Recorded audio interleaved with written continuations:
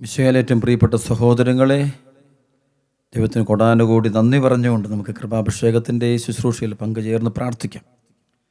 ഇന്ന് വളരെ പ്രധാനപ്പെട്ട ചില വചനങ്ങളിലൂടെയാണ് നിങ്ങളെ കൊണ്ടുപോവുക. പ്രാർത്ഥനാപൂർവ്വം കേൾക്കുക, ഹൃദയത്തെ സംഗ്രഹിക്കുക. മത്തായിയുടെ സുവിശേഷം 16-ാം അധ്യായം 24 മുതൽ വചനം. യേശു ശിഷ്യന്മാരോട് അരുളി ചെയ്തു, ആരെങ്കിലും എന്നെ അനുഗമിക്കാൻ ആഗ്രഹിക്കുന്നെങ്കിൽ അവൻ തന്നെ പരിത്യജിച്ചതിൻ്റെ കുരിശുമെടുത്ത് എന്നെ അനുഗമിക്കട്ടെ.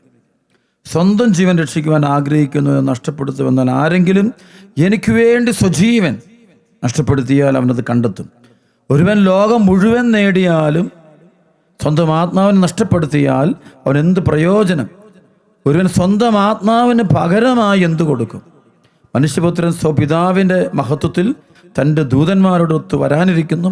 അപ്പോൾ അവൻ ഓരോരുത്തർക്കും താന്താങ്ങളുടെ പ്രവർത്തികൾക്കനുസരിച്ച് പ്രതിഫലം നൽകും. മനുഷ്യപുത്രൻ തൻ്റെ രാജ്യത്തിൽ വരുന്നത് ദർശിക്കുന്നതിന് മുമ്പ് ഇവിടെ നിൽക്കുന്നവർ ചിലർ മരിക്കുകയില്ലെന്ന് സത്യമായി ഞാൻ നിങ്ങളോട് പറയുന്നു. പ്രിയപ്പെട്ട സഹോദരങ്ങളെ, ഈ വചനം വളരെയധികം ഗൗരവത്തോടെ നമ്മൾ ധ്യാനിക്കേണ്ട കാലഘട്ടമാണിത്. അത് ഈശോയുടെ ദൈവരാജ്യത്തിൻ്റെ ശുശ്രൂഷയുടെ അടിസ്ഥാന ലക്ഷ്യം എന്തായിരുന്നു എന്ന് ഒന്ന് നിത്യജീവൻ മാത്രം. 1 യോഹന്നാൻ 2-ാം അധ്യായത്തിൻ്റെ 25-ാമത്തെ വചനത്തിൽ യോഹന്നാൻ ശ്ലീഹ പരിശുദ്ധ ഈശോയെക്കുറിച്ച് പറയുന്ന വചനമുണ്ട്. ഈശോ നൽകുന്ന ഏറ്റവും വലിയ വാഗ്ദാനം നിത്യജീവനാണ്. ഇവിടെ ഈശോ ശിഷ്യന്മാരോട് പറയുകയാണ്, ലോകം മുഴുവൻ നേടിയാലും നിന്റെ ആത്മാവ് നഷ്ടമായാൽ നിനക്ക് എന്ത് പ്രയോജനം?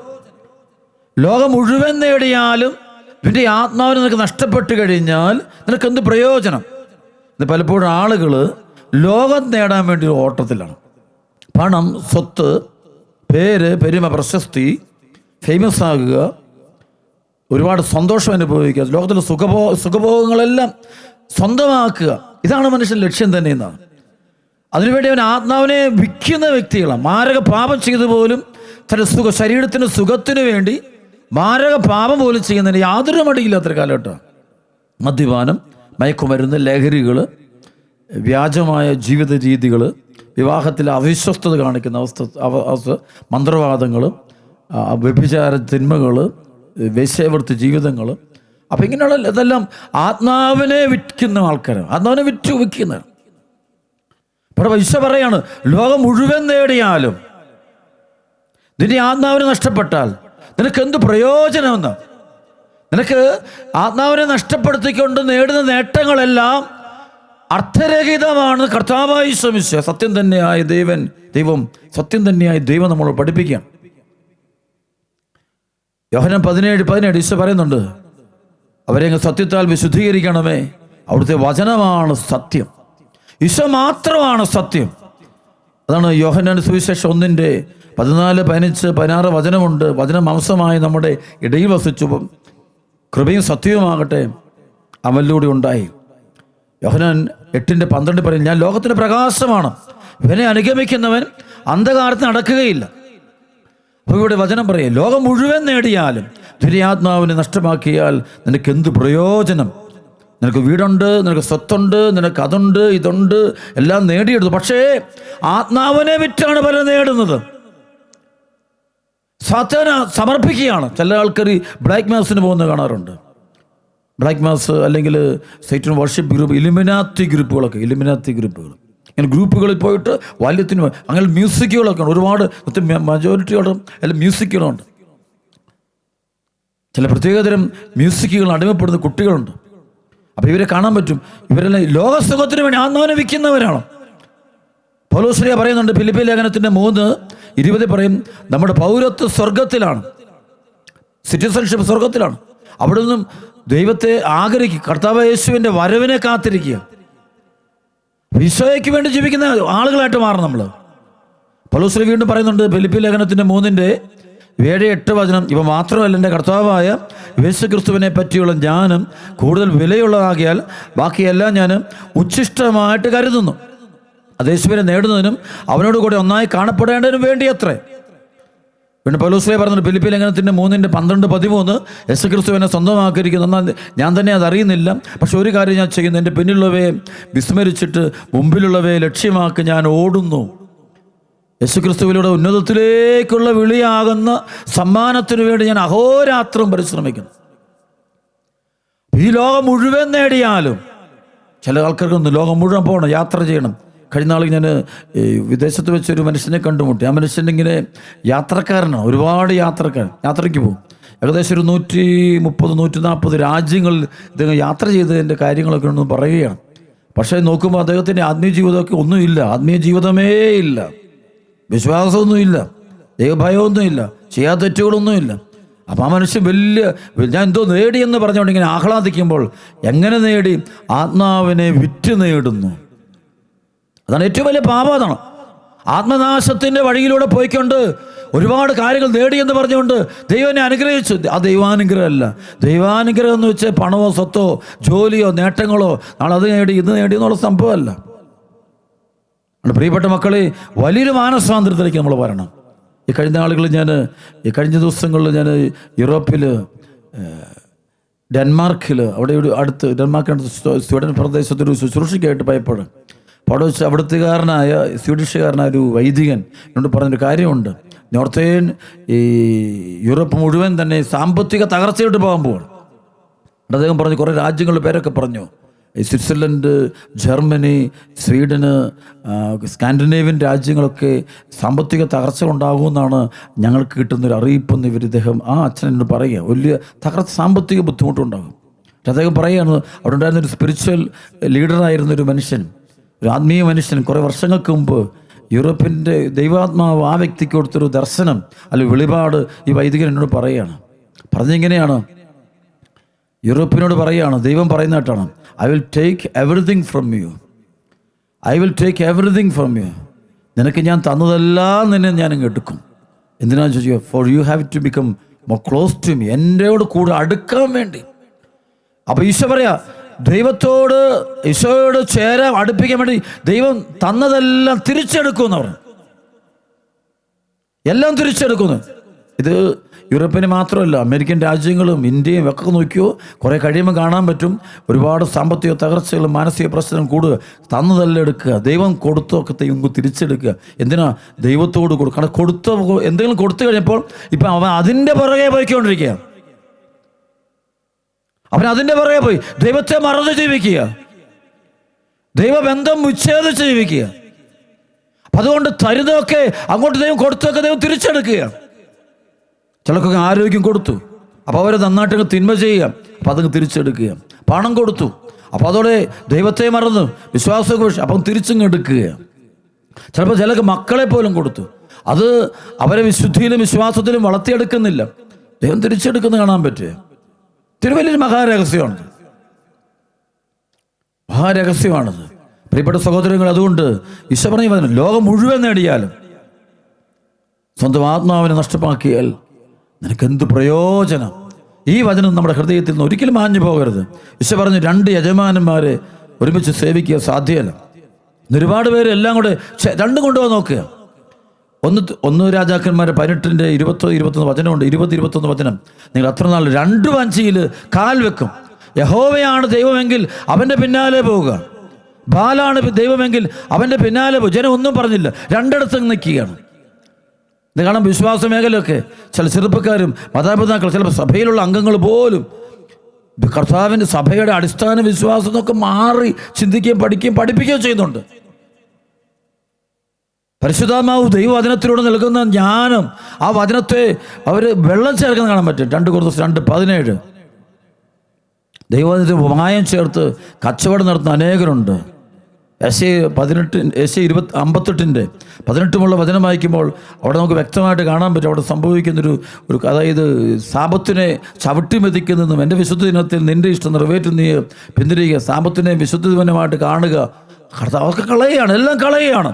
കാരണം ഭൗതികതയ്ക്ക് വേണ്ടി ദൈവപ്രമാണങ്ങൾ 10 പ്രമാണങ്ങളെയും തള്ളിപ്പറയുന്നൊരു കാലഘട്ടം. ഭൗതികതയ്ക്ക്, സുഖത്തിന് വേണ്ടി, പേരിന് വേണ്ടി, പെരുമയ്ക്ക് വേണ്ടി, പ്രശസ്തിക്ക് വേണ്ടി, നേട്ടത്തിന് വേണ്ടി ദൈവത്തെ തള്ളിപ്പറയുന്ന ആളുകൾ ആത്മാവിനെ വിറ്റു ജീവിക്കുകയാണ്. ഏത് വൃത്തിയോടും ചെയ്യും, ഏത് തിന്മയും ചെയ്യുന്നു. മൊബൈൽ ഫോണിൻ്റെ അഡിക്ഷൻ ഒത്തിരിയേറെ പേരൻസിനോടൊന്ന് പറയും, മക്കൾ ഭയങ്കരമായിട്ട് മൊബൈൽ ഫോൺ. ഞാൻ പറയാം, അപ്പനും അമ്മയും അവരാദ്യം നിർത്ത്, അവരാദ്യം കൺട്രോൾ ചെയ്യുക. അവരെ കണ്ടല്ലേ മക്കൾ പഠിക്കുന്നത്. അവരുടെ വിശ്വാസം ജീവിതമൊക്കെ ഉണ്ടല്ലോ, അത് കഴിഞ്ഞ ആളുകളിൽ ഒരു അധ്യാപകൻ എടുത്ത് പറയുകയായിരുന്നു, കുട്ടികളല്ല പലയിടത്തും പ്രശ്നക്കാർ ചില മാതാപിതാക്കൾ ദൈവഭയമുള്ളവരാകണം. വീട്ടിലിരുന്ന് സഭയെയും വൈദികരെയും വിശ്വമിശിഹായ്ക്ക് കുറ്റം പറയുമ്പോൾ അത് ദുരന്തം അനുഭവിക്കാൻ പോകുന്ന അവരല്ല, അവരുടെ മക്കളാണ്. കേട്ടുകൊണ്ടിരിക്കുന്ന മക്കൾ അവർ പാപത്തിൻ്റെ പടുകുഴിയിലേക്ക് പോയി വീഴും. അവരെ പിന്നെ തിരിച്ചു കൊണ്ടുവരാൻ വേണ്ടി അപ്പനമ്മയും കൂടി ഏത് നേർച്ച നടന്നാലും കിട്ടാത്ര എളുപ്പമൊന്നുമല്ല. ദൈവം നമുക്ക് തരുന്ന അവസരമൊക്കെ, ദൈവത്തെ അറിയാനുള്ള അവസരമൊക്കെ കളയരുത്. ദൈവത്തെ വിളിക്കുക, ഈശോ അറിയുക, ഈശോ ഉണ്ട്, ജീവിക്കുന്ന ദൈവം, അവൻ എന്നും ജീവിക്കുന്ന ദൈവം. എബ്രായ ലേഖനം 13:5-6 വചനം പറഞ്ഞാൽ യേശുക്രിസ്തു ഇന്നലെയും ഇന്നും എന്നും എല്ലാം ഒരാൾ തന്നെയാണ്, മാറ്റമൊന്നുമില്ല. ഈശോ ഇന്നും നമ്മുടെ കൂടെയുണ്ട്. ആ ദൈവത്തിൻ്റെ സ്ഥാനത്ത് ഒരിക്കലും നമ്മൾ വിട്ടുപോയിട്ടില്ല. ഉറച്ച് വിശ്വസിക്കണം, നീ അത് വിശ്വസിച്ച് അതിനോട് ചേർന്ന് നിൽക്കണം നീ, അപ്പോൾ അതൊക്കെ അനുഭവിക്കാൻ പറ്റുക. അതുകൊണ്ട് പ്രിയപ്പെട്ട സഹോദരങ്ങളെ, നിത്യജീവിതത്തെ മുന്നിൽ കണ്ടുകൊണ്ട് ജീവിക്കാൻ തയ്യാറാക്കാം. അത് 2 കൊരിന്ത്യർ 5:1-2 അനേക തവണ ഞാൻ ദൈവജനത്തോട് പറഞ്ഞിട്ടുള്ള കർത്താവിൻ്റെ വചനമാണിത്. അതായത് അവിടെ പൗലോസ് പറയുകയാണ്, അതായത് ഞങ്ങൾ വസിക്കുന്ന ഭൗമിക ഭവനം നശിച്ചു പോകുമെങ്കിലും കരങ്ങളാൽ നിർമ്മിതമല്ലാത്തതും ശാശ്വതവും ദൈവത്തിൽ നിന്നുള്ളതുമായ സ്വർഗീയ ഭവനമുണ്ടെന്ന് ഞങ്ങൾ അറിയുന്നു. വാസ്തവത്തിൽ ഞങ്ങൾ ഇവിടെ നെടുവീർപ്പെടുകയും സ്വർഗീയ വസതി പ്രാപിക്കാൻ വെമ്പൽ കൊള്ളുകയുമാണ്. നിത്യജീവിതത്തെ മുന്നിൽ കണ്ടുകൊണ്ട് ജീവിക്കുകയാണ്, ഈശോയെ മുന്നിൽ. അങ്ങനെയുള്ളവർക്ക് എന്ത് പോയാലും പ്രശ്നമില്ല. ഇതിപ്പോൾ എന്തെങ്കിലും നഷ്ടപ്പെട്ട ആകെ നിരാശയാണ്, ഡിപ്രഷനാണ്. ജോലി പോയി ഡിപ്രഷൻ, കടബാധ്യതയുണ്ടാക്കി ഡിപ്രഷൻ, പരീക്ഷയ്ക്ക് മാർക്ക് പോയി ഡിപ്രഷൻ, ചിലർക്ക് ഡിവോഴ്സ് വന്നു, കുടുംബ പ്രശ്നങ്ങൾ വന്നു, ഉടനെ ഡിപ്രഷനായി പോവുക. മെൻ്റൽ രോഗികളെ ഭയങ്കര പകയും വെറുപ്പും വിദ്വേഷം. കാരണം അവർ ജീവിച്ചത് യേശുക്രിസ്തുവിന് വേണ്ടിയോ നിത്യജീവിതത്തിന് വേണ്ടിയോ അല്ല അവർ ജീവിച്ചത്. അവർ ജീവിച്ചത് മുഴുവനും അവിടെ ഉദരപൂർണത്തിന്, സുഖത്തിന് വേണ്ടി, പണത്തിന് വേണ്ടി, പേരിന് വേണ്ടി, ഈ ലോകത്തിന് വേണ്ടിയാണ് ജീവിച്ചത്. ഫിലിപ്പി ലേഖനത്തിൻ്റെ 3:18-19 നാശമാണ് അവരുടെ അവസാനം, ഉദരമാണ് അവരുടെ ദൈവം. ചിലർക്ക് ഭക്ഷണപ്രിയര, ഗ്ലട്ടണി, ഭക്ഷണത്തോടുള്ള ഭയങ്കരമായ ആസക്തി കയറി പിടിക്കാം. ഗ്ലട്ടണി ഭയങ്കരമായിട്ട് കൂടുതലാണ്. അതിനോട് ബന്ധിക്കപ്പെടും. ആത്മാവിനെ വിറ്റേക്കുക, ആത്മാവിനെ വിറ്റ് പാപം എന്തു ചെയ്യും? ആട് കൂടെ പോയി ഏത് യാത് എതിലേയും പോകും. സുഹൃത്ത്, പ്രൈവറ്റ് ലൈഫ്, നൈറ്റ് ലൈഫ്, ഇരുട്ടിലെ ജീവിതം, അത് അപകടത്തിൻ്റെ കാലഘട്ടമാണത്. റോമലേഖനം 13:11 മുതലുള്ള വചനത്തിലുണ്ട്, ഇതെല്ലാം ചെയ്യുന്നത് കാലത്തിൻ്റെ പ്രത്യേകതകൾ അറിഞ്ഞുകൊണ്ട് വേണം. നിദ്ര വിട്ട് ഉണരേണ്ട മണിക്കൂറാണല്ലോ ഇത്. എന്നാൽ നമ്മൾ ആരും പ്രതീക്ഷിച്ചതിനേക്കാൾ കൂടുതൽ അടുത്തെത്തിയിരിക്കുന്നു. രാത്രി കഴിയാറായി, പകൽ സമീപിച്ചിരിക്കുന്നു. ആകയാൽ നമുക്ക് അന്ധകാരത്തിൻ്റെ പ്രവൃത്തികൾ പരിത്യജിച്ച് പ്രകാശത്തിൻ്റെ ആയുധങ്ങൾ ധരിക്കാം. പകൽ യോജിച്ചപ്പോൾ നമുക്ക് പെരുമാറാം. സുഖലോലുപതയിലോ മദ്യലഹരിയിലോ അവിഹിത വേഴ്ചയിലോ വിഷയാസക്തിയിലോ കലഹങ്ങളിലോ വ്യാപരിക്കരുത്. പ്രത്യേക കർത്താവായ യേശുവെ നിങ്ങൾ ധരിക്കുവിൻ. ദുർമോഹങ്ങളിലേക്ക് നയിക്കത്തക്ക വിധം ശരീരത്തെപ്പറ്റി ചിന്തിക്കാതിരിക്കുക. ചിലരുണ്ട് ആത്മീയ ശുശ്രൂഷ പോലും ചെയ്യും, മാരക പാപത്തിൽ കടന്നുകൊണ്ട്. അതുകൊണ്ട് വലിയ പ്രശ്നങ്ങൾ അവർ അനുഭവിക്കേണ്ടി വരും. വലിയ പ്രശ്നങ്ങളോട് കടന്ന് മാരക പാപം ചെയ്തുകൊണ്ട് തന്നെ അവർ ദൈവരാജ്യ ശുശ്രൂഷ ഏർപ്പെടുത്തുക. പണത്തിനു വേണ്ടി വ്യാജ പ്രവാചകന്മാരൊക്കെ ഇഷ്ടം പോലെ നിന്ന് തെറ്റായ പ്രബോധനങ്ങൾ കൊടുക്കുന്നവരുണ്ട്. രോഗശാന്തിയൊക്കെ പറയും കൊള്ളാം, പക്ഷേ അതിനപ്പുറത്ത് പണക്കൊതിയും കൂടെ കയറി പിടിക്കുന്ന ആളുകളുണ്ട്. പണക്കൊതി, ഭയങ്കര പണക്കൊതി. അതിനുവേണ്ടി അവർ എന്ത് ചെയ്തു കൊടുക്കുന്നു? ഏത് ദർശനം കാണും, ആർക്ക് വേണ്ടി എന്ത് ദർശനങ്ങൾ എടുക്കും? അവർ നുണ പറഞ്ഞ് പഠിപ്പിക്കും. അവർ തിന്മയുടെ അരൂപികളുടെ പ്രവർത്തനമാണത്. തിരിച്ചറിയുന്നത് അവസാന കാലഘട്ടമാണത്.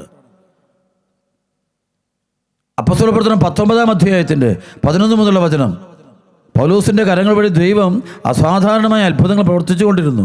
അവരുടെ ശരീര സ്പർശനമേറ്റ തുവാലകളും അംഗവസ്ത്രങ്ങളും അവർ രോഗികളുടെ അടുത്ത് കൊണ്ടുവന്നു.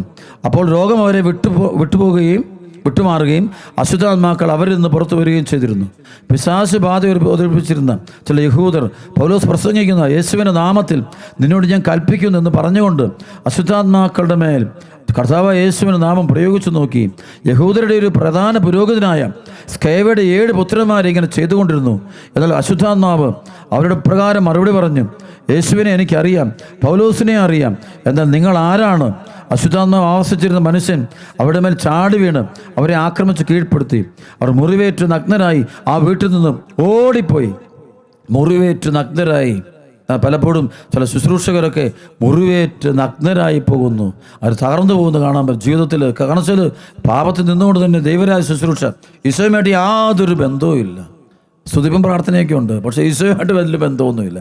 സ്നേഹമൊന്നുമില്ല. അല്ലാതെ ആത്മീയ ജീവിതം ആത്മരക്ഷയ്ക്കല്ല പ്രാധാന്യം ഇപ്പോഴും ഭൗതിക നേട്ടം, പേര്, നാട്ടിൽ വലിയ പേര്, സമൂഹത്തിൽ വലിയ പേര്, ആളുകൾ നമ്മൾ വലിയവരായിട്ട് കാണണം, വലിപ്പത്തിരിക്കണം, അല്ലെങ്കിൽ ഒരുതരം കോംപ്ലക്സ് എന്നൊക്കെ നമ്മൾ പറയും. സുപ്പീരിയോറിറ്റി കോംപ്ലക്സ് ഇല്ലെന്നാണ് ചില പറയാറുള്ളത്. സുപ്പീരിയോറിറ്റി കോംപ്ലക്സ് ഒരാൾ കാണിക്കുന്നത് ഇൻഫീരിയോറിറ്റി കോംപ്ലക്സ് ഉള്ളതുകൊണ്ടാണെന്നാണ് പറയുന്നത്. താൻ ചെറുതാണെന്ന് ഒരുപാട് തോന്നുമ്പോഴാണ് ഒരുവൻ വലിയവനാകാൻ വേണ്ടി മറ്റുള്ളവർക്കെതിരെ, വലിയ ആളുകൾക്കെതിരെയും അല്ലെ ദൈവരാജ ഈശോയ്ക്കെതിരെയും വിശുദ്ധർക്കെതിരെയും ദൈവകാര്യങ്ങൾക്ക് എതിരെ പറയുന്നത്. അവൻ്റെ ഇൻഫീരിയോറിറ്റി ഭയങ്കര ചെറുതാണ്, അവന് ഒത്തിരി താഴെ പോയതുകൊണ്ടാണ്. പ്രിയപ്പെട്ട ദൈവമക്കളെ, ഈ വചനം കേട്ടുകൊണ്ടിരിക്കുമ്പോൾ നമുക്കൊരു മാനസാന്തരത്തിന് വേണ്ടി പ്രാർത്ഥിക്കാം. ശ്രാപയോഗം പറയുന്നുണ്ട്, ഇതാ വൃക്ഷങ്ങളുടെ ചുവടിന് ഞാൻ കൊടാലി വെച്ചിരിക്കുന്നു. ദൈവം പറയുക, വലിയ വൃക്ഷങ്ങളുടെ പുറമേ വലിയ വൃക്ഷങ്ങളാണ്, വലിയ സംഭവങ്ങളാണ്, പക്ഷെ ഫലം മോശമായ ഫലമാണ്. ആത്മീയ ഫലങ്ങളില്ല, പരിശുദ്ധാത്മാവിൻ്റെ ഫലങ്ങളില്ല. ഭൗതികതയ്ക്ക് വേണ്ടി അതിന് വേഴയോട് ദൈവം പറയുന്നത് കൊടാലി വെച്ചിരിക്കുന്നു, വെട്ടിക്കളയുമെന്ന് പറയുന്നത്, തീയിലിടുമെന്ന് പറയുന്നത്. അതായത് 1 കൊരിന്ത്യർ 15:19 ഈ ലോക ജീവിതത്തിന് വേണ്ടി മാത്രമാണ് നാം യേശുക്രിസ്തുവിൽ പ്രത്യാശ വച്ചിരിക്കുന്നെങ്കിൽ നാം മറ്റെല്ലാവരെക്കാളും നിർഭാഗ്യരാണ്. ഈ ലോക ജീവിതത്തിന് വേണ്ടിയാണ് നാം യേശുക്രിസ്തുവിൽ പ്രത്യാശ വച്ചിരിക്കുന്നത് എങ്കിൽ നാം മറ്റെല്ലാവരേക്കാൾ നിർഭാഗ്യരാണ്, ഭാഗ്യമില്ലാത്തവരാണ്, അനുഗ്രഹമില്ലാത്തവരാണ്. അതുകൊണ്ട് മാനസാന്തരപ്പെടുക. ആത്മരക്ഷയ്ക്ക് ഒന്നാം സ്ഥാനം. നിന്റെ ഉള്ളിലുള്ള ആത്മാവിനെ തിരിച്ചറിഞ്ഞിട്ടുണ്ടോ? 2 കൊരിന്ത്യർ 13:5-6 വചനം പൗലോസ് പറയുന്നുണ്ട്, നിങ്ങൾ നിങ്ങളുടെ വിശ്വാസത്തിൽ നിലനിൽക്കുന്നുണ്ടോ എന്ന് നിങ്ങളെ തന്നെ പരിശോധിക്കുവാൻ, പരീക്ഷിച്ചറിയുകയും യേശുക്രിസ്തു നിങ്ങളിലുണ്ട് എന്ന് നിങ്ങൾക്ക് ബോധ്യം വന്നിട്ടില്ലേ? ഇല്ല എങ്കിൽ നിങ്ങൾ പരീക്ഷയിൽ പരാജയപ്പെട്ടിരിക്കുന്നു. ഈശോ നിങ്ങളുടെ ഹൃദയത്തിലുണ്ട്, ജീവിതത്തിൽ അറിയണം. മത്തായിയുടെ സുവിശേഷം 28:20 പറയുന്നുണ്ട്, ഈശോ പറഞ്ഞു, ലോകാവസാനം വരെ ഞാൻ നിങ്ങളോട് കൂടെ ഉണ്ടായിരിക്കും. ഈ അനുഭവം വേണം. ഈശോ കൂടെയുണ്ട്. നമ്മൾ വലിയ ഭൗതികതയ്ക്ക് വേണ്ടി ഓടുന്നു. ഭൗതികത, പേര്, പെരുമ, പ്രശസ്തി, നേട്ടം, നമ്മളെല്ലാവരും ഓട്ടത്തിലാണത്. അതുകൊണ്ട് ഈ ലോകം മുഴുവൻ നേടിയാലും നിൻ്റെ ആത്മാവിനെ നഷ്ടമാക്കിയാൽ നിനക്ക് എന്ത് പ്രയോജനം? നിനക്ക് പേരുണ്ട്, വിദ്യാഭ്യാസമുണ്ട്, ജോലിയുണ്ട്, നല്ല വസ്ത്രമുണ്ട്, നല്ല വീടുണ്ട്, ഇതെല്ലാം നേടിയെടുത്തെങ്കിൽ നിനക്ക് ഒരുപാട് ഫ്രണ്ട്സുണ്ട്. നിൻ്റെ ജീവിതം ചിന്തിച്ചു നോക്ക്. നിൻ്റെ ആത്മാവ് നാശത്തിലാണോ പോയിക്കൊണ്ടിരിക്കുന്നത്? ആത്മാവിൻ്റെ അവസ്ഥ എന്താണ് ചിന്തിക്കുന്നുണ്ടോ? നീ മാരക പാപത്തിനാണോ? ദൈവപ്രമാണങ്ങൾ 10 കൽപ്പനകൾ നീ അനുസരിച്ചാണോ ജീവിക്കുന്നത്? അത് ദൈവപ്രമാണങ്ങൾക്കെല്ലാം നേരെ വിപരീതമായൊരു ജീവിതമാണോ നീ നയിക്കുന്നത്? നീ മാതാപിതാക്കളോട് നിൻ്റെ ബന്ധമൊക്കെ നോക്കണം. വിശുദ്ധിയുടെ മേഖല പരിശോധിക്കണം. എളിമയുണ്ടോ? അഹംഭാവമാണോ നിന്നെ നയിക്കുന്നത്? അഹങ്കാരമെല്ലാം അതാണ് ജെറമ്യാ 50:31 പറയും, അഹങ്കാരി, ഞാൻ നിനക്കെതിരാണ് സൈന്യങ്ങളുടെ ദൈവമായ കർത്താവ് അരുളി ചെയ്യുന്നു. അഹങ്കരിക്കുന്നവൻ കാൽ തട്ടി വീഴും, അവനെ എഴുന്നേൽപ്പിക്കാൻ ആരും ഉണ്ടായിരിക്കില്ല. അവൻ നഗരത്തിൽ തീ വെക്കും, ചുറ്റുമുള്ളവയെ വിഴുങ്ങിക്കളയും. ആത്മരക്ഷയായിരിക്കണം നമ്മുടെ ജീവിതത്തിൻ്റെ ലക്ഷ്യം. അത് മാറിക്കൊണ്ടിരിക്കുക, എല്ലായിടത്തും മാറി, സമൂഹത്തിലും സഭയിലൊക്കെ മാറുന്നുണ്ട്. ആത്മരക്ഷയേക്കാൾ ഉപരി ഭൗതിക നേട്ടങ്ങൾ, പേരും പെരുമയും പ്രശസ്തിയും, ഭൗതിക സമ്പത്തുണ്ടാകുക, നമുക്കെല്ലാവർക്കും വരുന്നുണ്ട്. വീടുകൾ പണിയുക, അത് ചെയ്യുക, ഇത് ചെയ്യുക, ഒരു അഡ്രസ്സ്, ഒരു വലിയൊരു അഡ്രസ്സ്, സംതിങ്, എല്ലാവർക്കും ഉയർന്നൊരു അഡ്രസ്സ്, ഇതിനു വേണ്ടിയുള്ളൊരു പരിശ്രമം നമ്മൾ നടത്തുന്നുണ്ടെങ്കിൽ പ്രിയപ്പെട്ട അത് പരിശ്രമം ആത്മാവിനെ വിറ്റ് ചെയ്യുകയാണ്. പള്ളിപ്പോക്കില്ല, കുമ്പസാരമില്ല, കുർബാനയില്ല, കുദാശ ജീവിതമൊന്നുമില്ല, ഡെയിലി മാസൊക്കെ വിട്ടു എന്നിട്ട് പോവുകയാണ്. അങ്ങനെ പോകുമ്പോൾ ആത്മനാശത്തിൻ്റെ വഴിയിലാണ് നീ പോയിക്കൊണ്ടിരിക്കുന്നത്. നീ സന്തോഷിക്കൊന്നും വേണ്ട. നിനക്ക് നേട്ടങ്ങളെടുത്ത് സന്തോഷിക്കണം. ഒരു ദിവസം നീ മരിക്കുമ്പോഴാണ് നീ ഇതിൻ്റെയൊക്കെ പരിണിത ഫലം നമ്മൾ അറിയാൻ പോകുന്നു. ഓരോരുത്തരും അവനവൻ്റെ പ്രവൃത്തികളുടെ ഫലം അനുഭവിക്കും. വചനമുണ്ട്, ഓരോരുത്തരും അവനവൻ്റെ പ്രവൃത്തിയുടെ ഫലം അനുഭവിക്കും. വചനമുണ്ട്. അപ്പോൾ അത് മറക്കരുത് നമ്മളൊരിക്കലും. അപ്പോൾ തമ്പുരാൻ്റെ മുമ്പിൽ ദൈവത്തിൻ്റെ കരുണയെക്കുറിച്ച് ഭയങ്കര പ്രസംഗിക്കാൻ, എന്തിനു കരുണ? നമ്മൾ മാരക പാപം അറിഞ്ഞുകൊണ്ട് തന്നെ ചെയ്തിട്ട് നമ്മൾ ദൈവത്തിൻ്റെ കരുണ ഉണ്ട്. പൗലോസ് ഇവിടെ പത്രോസിലേക്ക് പറയുന്നുണ്ട്, അതായത് ഒരു തിന്മയാണ് പറഞ്ഞു. ഒരു പാപമാണെന്ന് അറിഞ്ഞ ശേഷം വീണ്ടും അത് നമ്മൾ ചെയ്യുന്ന പക്ഷം നമ്മൾ ദൈവത്തിനെതിരെയാണ് നീങ്ങുന്നത്, കർത്താവിനെതിരെ, പരിശുദ്ധാത്മാവിനെതിരെ തീരുന്നു. ഈശോ പറയുന്നുണ്ട്, മനുഷ്യപുത്രനെതിരെ സംസാരിച്ചാൽ ക്ഷമിക്കപ്പെടും, എന്നാൽ പരിശുദ്ധാത്മാവിനെതിരെ പ്രസംഗിച്ചാൽ ഈ യുഗത്തിൽ, വരാൻ പോകുന്ന യുഗത്തിൽ ക്ഷമിക്കപ്പെടും. ഈശോമിശിഹായ്ക്കെതിരെ, ദൈവാരൂപിയുടെ പ്രവർത്തനത്തിനെതിരെ, സ്വർഗത്തിനെതിരെ, സഭയ്ക്കെതിരെ, തിരുസഭയുടെ സഭയ്ക്കെതിരെയൊക്കെ പോകുമ്പോൾ ഇത് പരിശുദ്ധാത്മാവിനെതിരായ പാപമാണത്, ഗൗരവമേറിയ പാപം. അനുദപിച്ചാൽ നമ്മൾ രക്ഷപ്പെടും. പ്രിയപ്പെട്ട സഹോദരങ്ങളെ, ഈ വചനം കേട്ടുകൊണ്ടിരിക്കുന്ന ഓരോ സഹോദരനോടും ഓരോ സഹോദരിയോടും കർത്താവായ യേശുവിൻ നാമത്തിൽ അപേക്ഷിക്കുകയാണ്. ഒറ്റ വചനമാണ്. ഈ ലോകം മുഴുവൻ നേടിയ, നിൻ്റെ വീട് വലുതാണ്, നിനക്ക് വലിയ വണ്ടിയുണ്ട്, നിനക്ക് വലിയ സംവിധാനങ്ങളുണ്ട്, നിനക്ക് വലിയ നേട്ടങ്ങളുണ്ട്, നീ വലിയ ആളാണ്. നീ നോക്കുമ്പോൾ നീ വലിയ പേരും പെരുമയുള്ള ആളാണ്, നാട്ടിലെല്ലാവരും നിന്നെ ബഹുമാനിക്കുന്നുണ്ട്. ഇതൊന്നും കാര്യമൊന്നുമില്ല മക്കളെ. ആത്മാവിൻ്റെ അവസ്ഥയെക്കുറിച്ച് ചിന്തിക്കുക. ആത്മാവ് ഹോളിയാണോ? ദൈവവുമായിട്ട് നിൻ്റെ ബന്ധം എന്തിനുണ്ട്? How much you have related with Jesus Christ. നീ എന്തേലും ഈശോയായിട്ട് ബന്ധപ്പെടുന്നുണ്ട്, ഈശോയുടെ അടുപ്പമുണ്ട്. How much you love Jesus Christ. എന്തേലും ഈശോയെ സ്നേഹിക്കുന്നുണ്ട്. How much you are with Jesus Christ. You have to think. അതാണ് വേണ്ടത്. You have to meditate on that. You have to have a deep, ആഴത്തിലൊരു ഡീപ്പ് മെഡിറ്റേഷൻ. അല്ലാതെ എന്തിൽ പേരും പെരുമ, ഞാൻ നേടിയ കഴിവുകൾ, എൻ്റെ കഴിവുകളെ അതൊന്നും എന്തെല്ലാം കാണിച്ചിട്ട് കാര്യമില്ല. അടിത്തറയിൽ നിൻ്റെ ആത്മാവിൻ്റെ അവസ്ഥ, നിൻ്റെ ആത്മീയ ജീവിതത്തിൻ്റെ വലിപ്പ ചെറുപ്പത്തെക്കുറിച്ച് നീ വളരെയധികം വിവേകമുള്ള വ്യക്തിയായിരിക്കണം. അവിടെ പ്രിയപ്പെട്ട സഹോദരനെ, നീ കർത്താവിൻ്റെ വചനം കേട്ടുകൊണ്ടിരിക്കുമ്പോൾ തന്നെ ഇന്ന് എന്നെ മാനസാന്തരപ്പെടുക. ഈശോ പറഞ്ഞ, ആരെങ്കിലും എന്നെ അനുഗമിക്കാൻ ആഗ്രഹിക്കുന്നെങ്കിൽ അവൻ തന്നെ പരിത്യജിച്ച് തന്നെ കുരിശും വഹിച്ചുകൊണ്ട് എൻ്റെ പിന്നാലെ വരട്ടെ. ഈ ലോകം മുഴുവൻ നേടിയാലും നിന്റെ ആത്മാവിനെ നഷ്ടപ്പെട്ട നിനക്കെന്ത് പ്രയോജനം? ഈ വചനം നമ്മുടെ മനസ്സിൽ നിന്ന് ഒരിക്കലും മറന്നു പോകരുത്. പ്രാർത്ഥനാപൂർവ്വം നമുക്ക് ഇന്നത്തെ ആരാധനയിലേക്ക് പ്രവേശിക്കാം. ദൈവത്തിൻ്റെ പരിശുദ്ധാത്മാവ് ഇറങ്ങി വന്ന് നമ്മുടെ ഹൃദയത്തെ സ്പർശിക്കട്ടെ. നമ്മുടെ കുടുംബത്തിലുള്ള ബന്ധനം അഴിക്കട്ടെ. യഥാർത്ഥത്തിൽ വചനം നിനക്ക് പ്രകാശമായി മാറട്ടെ. ദൈവത്തിൻ്റെ ഈശോയിലേക്ക് പോകാൻ, ആത്മരക്ഷയിലേക്ക് പോകാൻ ദൈവം നിന്നെ അനുവദിക്കട്ടെ. പ്രാർത്ഥിക്കുന്നു. ദൈവം നിന്നെ അനുഗ്രഹിക്കട്ടെ. പ്രാർത്ഥനാപൂർവ്വം നമുക്ക് ആരാധന പങ്കെടുക്കാം. ദൈവം എല്ലാവരെയും അനുഗ്രഹിക്കട്ടെ. ആമേൻ.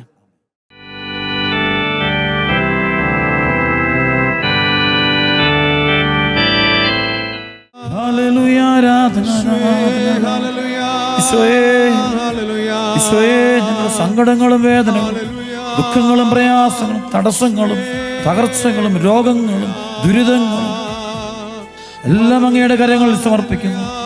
ഞങ്ങളുടെ മുറിവുകളും തീരാവ്യാധികളും ബലഹീനതകളും വീഴ്ചകളും പരാജയങ്ങളും അവസ്ഥകളെല്ലാം ഈശോയെ നിന്റെ തൃക്കരങ്ങളിലേക്ക് സമർപ്പിക്കുന്നു. കർത്താവേ, ഏറ്റെടുക്കണമേ, ഞങ്ങളെ അനുഗ്രഹിക്കണമേ. കർത്താവേ, ഞങ്ങളെ ഉപേക്ഷിക്കരുതേ. അങ്ങയുടെ കരുത്താൽ ഞങ്ങളെ സ്പർശിക്കണമേ.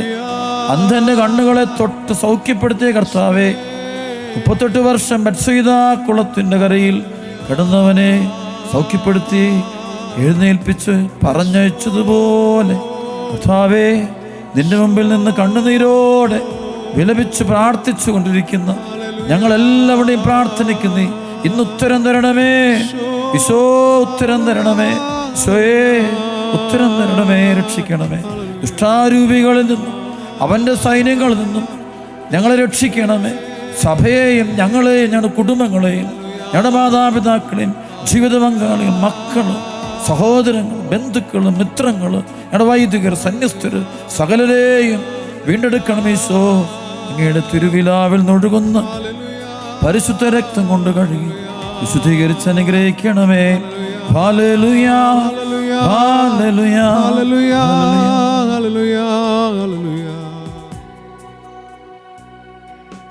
കൈനീതാ